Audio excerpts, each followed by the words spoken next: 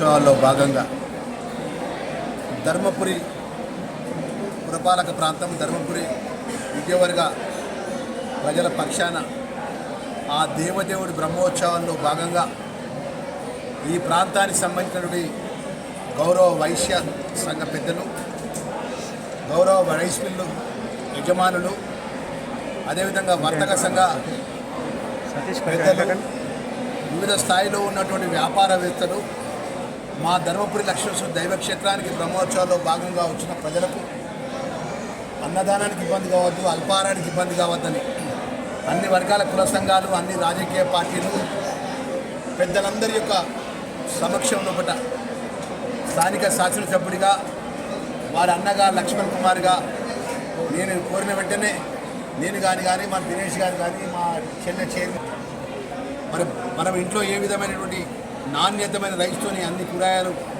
సాంబారు పెరుగుతోని గొప్ప అన్నదానాన్ని వాళ్ళు ఎంతో కష్టపడి ఉదయం 4 గంటలకి వెళ్ళి రాత్రి 1 గంట దాకా ఇక్కడ ఉన్నటువంటి చాలామంది కష్టపడుతున్నారు. మరి అన్నదానం అనేది గొప్పది. అన్నదానానికి ఇచ్చినటువంటి దానం ఈ ప్రపంచంలో గొప్పలేదు. ఆ నరసింహుడు క్షేత్రం, ఆ నరసింహుడి దయతో ఈరోజు మనం అందరం ఒక స్థాయిలో ఉన్నాం. ఈరోజు నేను ఎమ్మెల్యే అయినా కూడా ఆ లక్ష్మీనరసింహస్వామి దయ ఆశించలే. ఇక్కడ వ్యాపార పరంగా మనం ముందు కూర్చుకున్న ఆ స్వామివారి దయనే, మన కుటుంబాలు చల్లగా ఉన్న ఆ లక్ష్మీనరసింహస్వామి దయనే. సంవత్సరానికి వచ్చే బ్రహ్మోత్సవాల లోపల మన శక్తి కొద్దీ ధన రూపాన కానీ శ్రమ రూపాన కానీ మనమందరం పాలు పంచుకోవడం అనేది పూర్వజన్మలో మనం చేసుకున్న అదృష్టం తప్ప ఇది అందరికీ దక్కే అదృష్టం కాదు. నేను ఈ శాసనసభ్యుడిగా ఈ ప్రాంత ప్రజల యొక్క పక్షాన ప్రతినిధిగా నేను మనవి చేసుకుంటున్నా. గొప్పగా ఈ అన్నదానాన్ని కానీ అల్పాహారాన్ని కానీ ఎంతో కష్టపడి మన ఆర్గనైజేషన్ అందరు కూడా ఒక్కరి కాదు పేరున ప్రతి ఒక్కరికి మనస్ఫూర్తిగా నేను వారికి అభినందనలు ధన్యవాదాలు తెలియజేసుకుంటున్నా.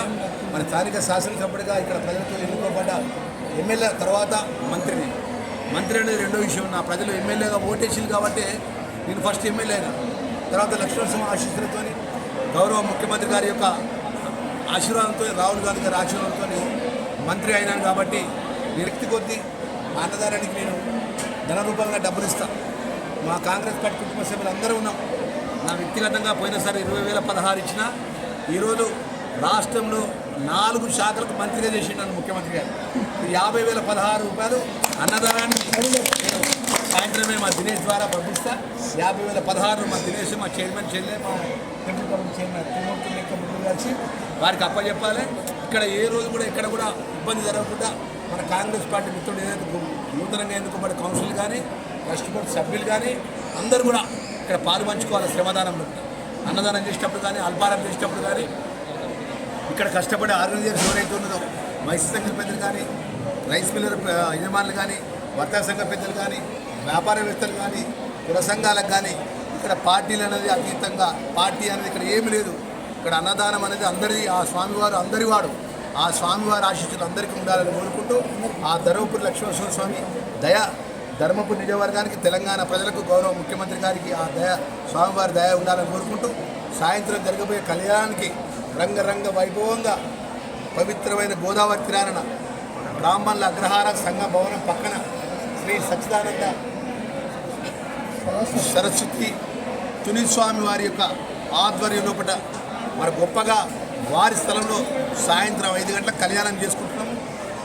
ఈ ధర్మపురి ప్రాంతానికి సంబంధించిన అన్ని వర్గాల ప్రజలు పెద్ద ఎత్తున ఆ దేవదేవుడి యొక్క ఆ లక్ష్మీనరసింహ కళ్యాణానికి పాల్గొని ఆ స్వామివారి కృపకు పాత్రలు కావాలి అని చెప్పి మనస్ఫూర్తిగా చేతులు జోడించి నమస్కరించు అందరూ కూడా పేరున ఈ అన్నదానానికి నేను కానీ జిల్లా కలెక్టర్ గారు కానీ మరి ఈరోజు మా చేతుల మీదుగా స్థానికంగా ఉన్నటువంటి మేమందరం కలిసి మా చేతుల మీదుగా ప్రారంభించడం మా అదృష్టంగా భావిస్తూ ఈరోజు 50,16 నేను మంత్రిగా అయినాను కాబట్టి ప్రతి సంవత్సరం 50,16 ఎందుకంటే ఇక 3 సంవత్సరాలు మంత్రిగా అయితే ఉంటా. ఆ 3 సంవత్సరాలు 10 సంవత్సరాలు 50,16 ఇచ్చుకుంటూ పోతా. మళ్ళీ 3 సంవత్సరాలతో మీరు సలహా చూస్తే నా శక్తి కొద్ది మీ ఎంబడి ఉంటా. కానీ ఏదేమైనా నా ప్రాణం పోయేంత వరకు ధర్మపురి ప్రజల మధ్యలో ఉంటాను. మరొకసారి మనం చేసుకుంటూ ఆ నరసింహస్వామి ఆశీస్సులు మనందరికీ ఉండాలని కోరుకుంటున్నాను.